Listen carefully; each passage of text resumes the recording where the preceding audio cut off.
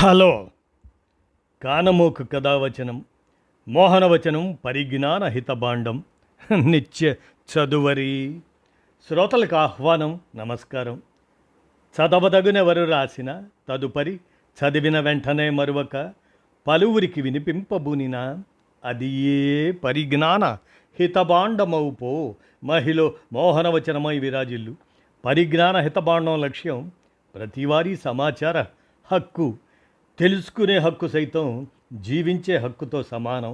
ఆ స్ఫూర్తితోనే ఇప్పుడు జీవిత స్వగతాలు శీర్షికన నేడు 88వ జన్మదినంలోకి అడుగిడిగిన మచ్చలేని మానవం చంద్రుడు ఆంజనేయులు అనేటువంటి వారి జీవితం. మచ్చలేని మానవం చంద్రుడు ఆంజనేయులు, మానవ ఆంజనేయులు గారి 88వ జన్మదినం సందర్భంగా వారి జీవిత స్వగతాన్ని మన కానమోకు కథావచన శ్రోతలకు పరిచయం చేస్తూ ఇప్పుడు వినిపిస్తాను, వినండి. మచ్చలేని మానవం చంద్రుడు ఆంజనేయులు. ఇక వినండి వారి జీవిత స్వగతాన్ని. విద్యార్థి నాయకునిగా రాజకీయ ఆరంగేట్రం, కమ్యూనిస్ట్ యోధునిగా పోరాటం, పాత్రికేయునిగా ఉద్యోగ జీవితం, పార్టీ పత్రిక విశాలాంధ్రలో సేవలు, తాలూకా కార్యదర్శిగా పార్టీ తొలి బాధ్యతలు, పెందుర్తి ఎమ్మెల్యేగా సంచలన విజయం, కాల్టెక్స్ ఉద్యమంతో జాతీయ స్థాయి గుర్తింపు, గంగవరం పోరాటంతో ఉద్యమ జీవితానికి స్వస్తి. అలా మచ్చలేని చంద్రుడు మానవ ఆంజనేయులు గారు. రాజకీయాలంటే పెదవి విరిచే ఈ రోజుల్లో ఆయన మచ్చలేని చంద్రుడు. విద్యార్థి నాయకునిగా రంగప్రవేశం చేసిన, కరుడుగట్టిన కమ్యూనిస్టుగా అదే నిబద్ధత ఎప్పటికీ ఆయన సొంతం. పదవి అంటే పడి చచ్చే ఈ రోజుల్లో ఆయనపై పోటీకి కూడా ఇష్టపడరంటే ప్రత్యేకతను అర్థం చేసుకోవచ్చు. 17 ఏళ్లకే కమ్యూనిస్టు పాఠాలు వంటబట్టించుకున్న ఆయన ఎన్ని ఒడిదుడుకులు ఎదురైనా తన పంధా మార్చుకోలేదు. నీతి నిజాయితీలే ఆస్తులు, నిబద్ధతే ఆయుధం. పెందుర్తి ఎమ్మెల్యేగా సంచలన విజయం సొంతం చేసుకున్న ఆయన 3 దశాబ్దాల నుంచి సహకార బ్యాంకు చైర్మన్గా తనదైన సేవలు అందించారు. జిల్లావాసులకు చిరపరిచితులైన ఆయన పేరే మానవ ఆంజనేయులు. ఇప్పుడు రాజకీయాల్లో విలువలు లేవు, పాలక ప్రతిపక్షమన్న తేడా కనిపించదు. రాజకీయాలన్నీ అధికారం, డబ్బు చుట్టూ తిరుగుతున్నాయి.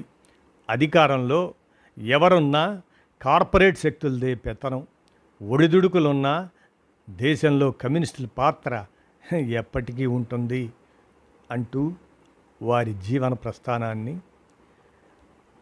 జీవిత స్వగతంగా అందజేసిన ఆ మచ్చలేని చంద్రుడు ఆయన మాటల్లో సొంత ఊరు ప్రకాశం జిల్లా అద్దంకి సమీపంలోని చెనకొత్తపాలెం మా స్వగ్రామం. ప్రాథమిక విద్య అంతా అక్కడే. 7th ఫామ్ బాపట్లలో, SSLC అద్దంకిలో పూర్తి చేశాను. నా చిన్నతనంలో మా చుట్టుపక్కల గ్రామాల్లో కమ్యూనిస్టుల ప్రాబల్యం అధికంగా ఉండేది. కమ్యూనిస్టులు రహస్య కార్యకలాపాలు నిర్వహిస్తున్న రోజులు. మా అన్నయ్య AISFలో ఉండేవాడు. మా కళ్ళ ముందే స్కూల్ లీడర్ను చంపేశారు. దీంతో అక్కడే ఉంటే నన్ను కూడా చంపేస్తారని బాబాయ్ నన్ను అద్దంకి హై స్కూల్కి మార్చారు. 1952 ఎన్నికలతో 1952లో అప్పట్లో జరిగిన సార్వత్రిక ఎన్నికల సభలు, సమావేశాలు నన్ను ఆకర్షించాయి. అప్పుడు 4th ఫారం చదువుతున్నాను. కమ్యూనిస్టుల స్పీచ్లు ఎంతగానో ఆకట్టుకునేవి. అప్పటి వరకు కమ్యూనిస్టులతో నాకు నేరుగా సంబంధాలు ఉండేవి కావు. 1956లో స్టూడెంట్ వింగ్లో తొలిసారి సభ్యత్వం తీసుకున్నాను. అప్పుడు నా వయసు 17 ఏళ్ళు. 1955లో మధ్యంతర ఎన్నికలు వచ్చాయి. ఆ హడావుల్లో చదువును నిర్లక్ష్యం చేశాను. ఫలితంగా ఇంటర్ పరీక్షలో తప్పాను. ఇక యువజన సంఘంతో సేవా కార్యక్రమాలు నేను మొదలుపెట్టిన విషయం రాజకీయాల వల్ల చదువుపై ఆసక్తి సన్నగిల్లింది. దీంతో మా ఊరు వెళ్ళి యువజన సంఘం ఏర్పాటు చేసి సేవా కార్యక్రమాలు చేపట్టేవాడిని. నిరక్షరాస్యులకు రాత్రి తరగతులు నిర్వహించేవాడిని. ఆ సమయంలో పుస్తకాలు ఎక్కువగా చదివేవాడిని. కమ్యూనిస్టు సిద్ధాంతాలపై పూర్తి అవగాహన అప్పుడే ఏర్పడింది. ఆంధ్ర యూనివర్సిటీ ఆ రోజుల్లో నన్ను బహిష్కరించింది. గుంటూరు ఆంధ్ర క్రిస్టియన్ కళాశాలలో బిఏలో చేరాను. ఏఎస్ఎఫ్ లీడర్ని అయ్యాను. ఆ కళాశాల క్రమశిక్షణకు మారుపేరు. నేను డిటెన్షన్కు వ్యతిరేకంగా గొంతెత్తాను, ఉద్యమాన్ని లేవనెత్తాను. దీంతో నన్ను డీబార్ చేశారు. నేను చాలా ప్రమాదకరమైన వ్యక్తినని, ఆంధ్ర యూనివర్సిటీ పరిధిలో ఏ కళాశాలలో చదివేందుకు వీలు లేదని ఆంధ్ర యూనివర్సిటీ పాలకులు తీర్మానం చేశారు. అయితే ఈ తీర్మానాన్ని తీవ్రంగా వ్యతిరేకించిన ఆచార్య వల్లభజోషుల సుబ్బారావు తన హిందూ కళాశాలలో సీట్ ఇస్తానని స్పష్టం చేశారు. అయినా అక్కడ చదవటం సాధ్యం కాలేదు. యూనివర్సిటీ పరిధిలో ఓ డిబేట్కు నన్ను మరొకరిని సుబ్బారావు ఎంపిక చేసి పంపారు. ఎట్టి పరిస్థితుల్లోనూ విజేతగా తిరిగి రావాలని ప్రోత్సహించారు. నా సహచరుని ప్రతిభతో ఆయన చెప్పినట్లే ఫస్ట్ ప్లేస్ సాధించి కప్పుతో తిరిగి వస్తుండగానే ఆయన చనిపోయారన్న సమాచారం విని బాధపడ్డాను. అందుకే ఆ కళాశాలకు వెళ్ళలేదు. ఇక మార్క్సిస్ట్ పార్టీ వచ్చాకే యాక్టివ్. గుంటూరులో ఉండగా సిపిఐలో చేరాలని కోరారు. అందులో భాగంగా ఏర్పాటు చేసిన విశాలాంధ్ర పత్రికలో సబ్ ఎడిటర్గా ఉద్యోగ జీవితాన్ని ప్రారంభించాను. ఆ రోజుల్లో 750 రూపాయలు జీతం ఇచ్చేవారు. నేను తీసుకునేది మాత్రం 150 రూపాయలే. మిగిలింది పార్టీకి ఇచ్చేసేవాడిని. అదే నా తొలి సంపాదన. 1964 నుంచి 1969 వరకు అక్కడ పనిచేశాను. మరి ఇక 1983లో బ్యాంక్ అధ్యక్షుడిగా ఎన్నికయ్యాను. 1916లో ఆవిర్భవించిన కోఆపరేటివ్ బ్యాంక్, ఆ బ్యాంకుకు అప్పటి వరకు కమ్యూనిస్టులు పోటీ చేసిన దాఖలాలు లేవు. ఒక్కరు కూడా డైరెక్టర్గా గెలవలేదు. బ్యాంకు డిపాజిట్లు టర్నోవర్ కూడా గొప్పగా లేదు. 1983లో అధ్యక్షుడిగా నన్ను పోటీ చేయమని ఒత్తిడి చేశారు. కష్టమని చెప్పాను. గెలిపించుకునే బాధ్యత మాదే అన్నారు. దీంతో సరేనని రంగంలోకి దిగాను. అధ్యక్షుడిగా ఎన్నికయ్యాను. అప్పటి నుంచి నేటి వరకు ఏకగ్రీవంగా ఎన్నికవుతూ వచ్చాను. 3 ఏళ్లలో ఆర్థిక పురోగతి సాధించగలిగాను. బ్యాంకును ఒక స్థాయికి తీసుకురాగలిగాను. అందుకే నాకు పోటీగా ఎవరు నిలబడడానికి కూడా ఇష్టపడటం లేదు. ఈ దశలోనే ఉపాధ్యక్షుడిగా కూడా పార్టీ వ్యక్తినే నిలపాలని కోరారు. నిర్మోహమాటంగా కుదరదని చెప్పాను. ఒక విధమైన ఒత్తిడి తెచ్చారు. పెద్దలతో చెప్పించారు. రాజీనామా చేస్తాను, కానీ బ్యాంకింగ్ను రాజకీయం చేయలేనని చెప్పేశాను. ఇక ఆర్థిక ఇబ్బందులు ఎదుర్కొన్నా. మాది భూస్వామ్య కుటుంబం. ఆస్తులు ఉండేవి, అప్పులు ఉండేవి. కమ్యూనిజం వైపు వెళ్ళడం ఇంట్లో ఎవరికి ఇష్టం లేదు. దీంతో అందరికీ దూరమయ్యాను.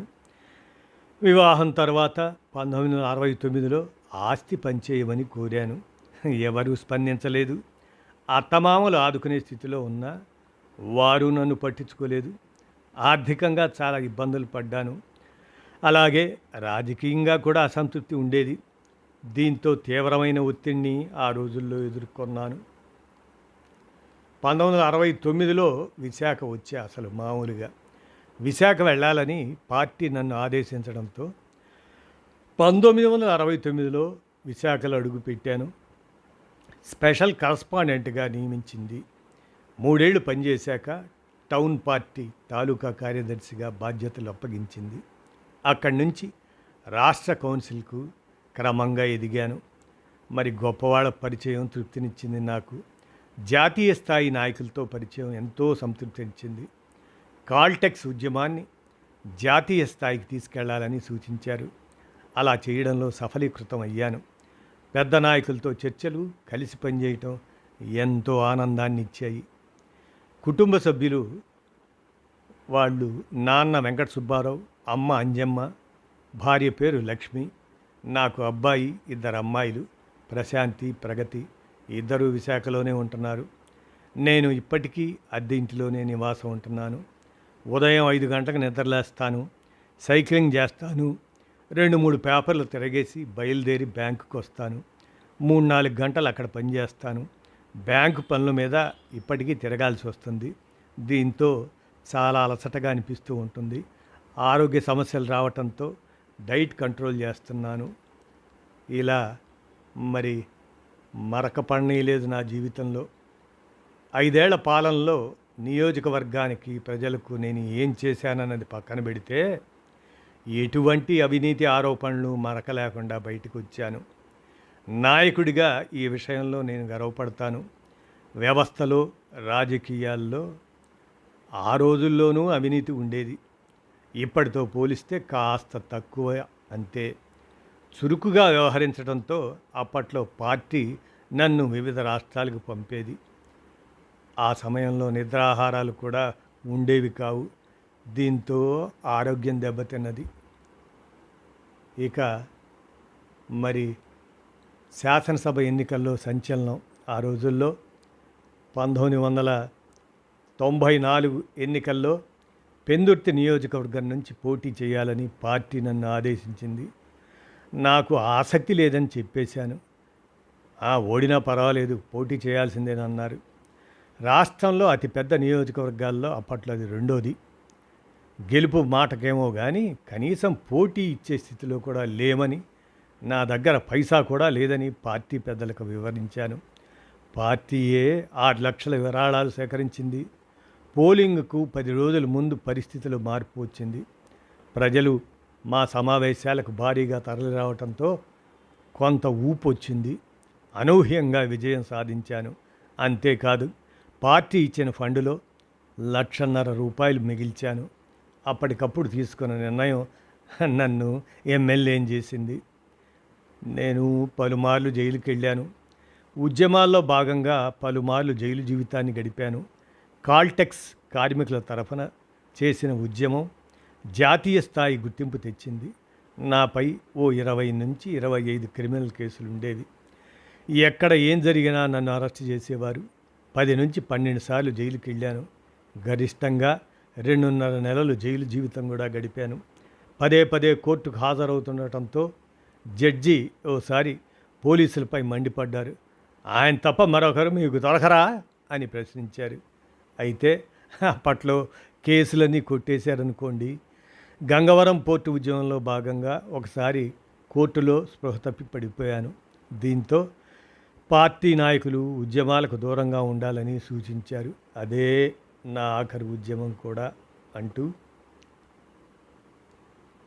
మానవ ఆంజనేయులు గారు ఆయన 88వ జన్మదినం సందర్భంగా వారి జీవిత స్వగతాన్ని, మచ్చలేని మానవ చంద్రుడు ఆంజనేయులు అనేటువంటి ఈ అంశాన్ని మన కానమూకు కథ వచ్చిన శ్రోతలకు ప్రముఖుల జీవిత స్వగతాలు శీర్షికన ఈ అంశాన్ని వినిపించాను.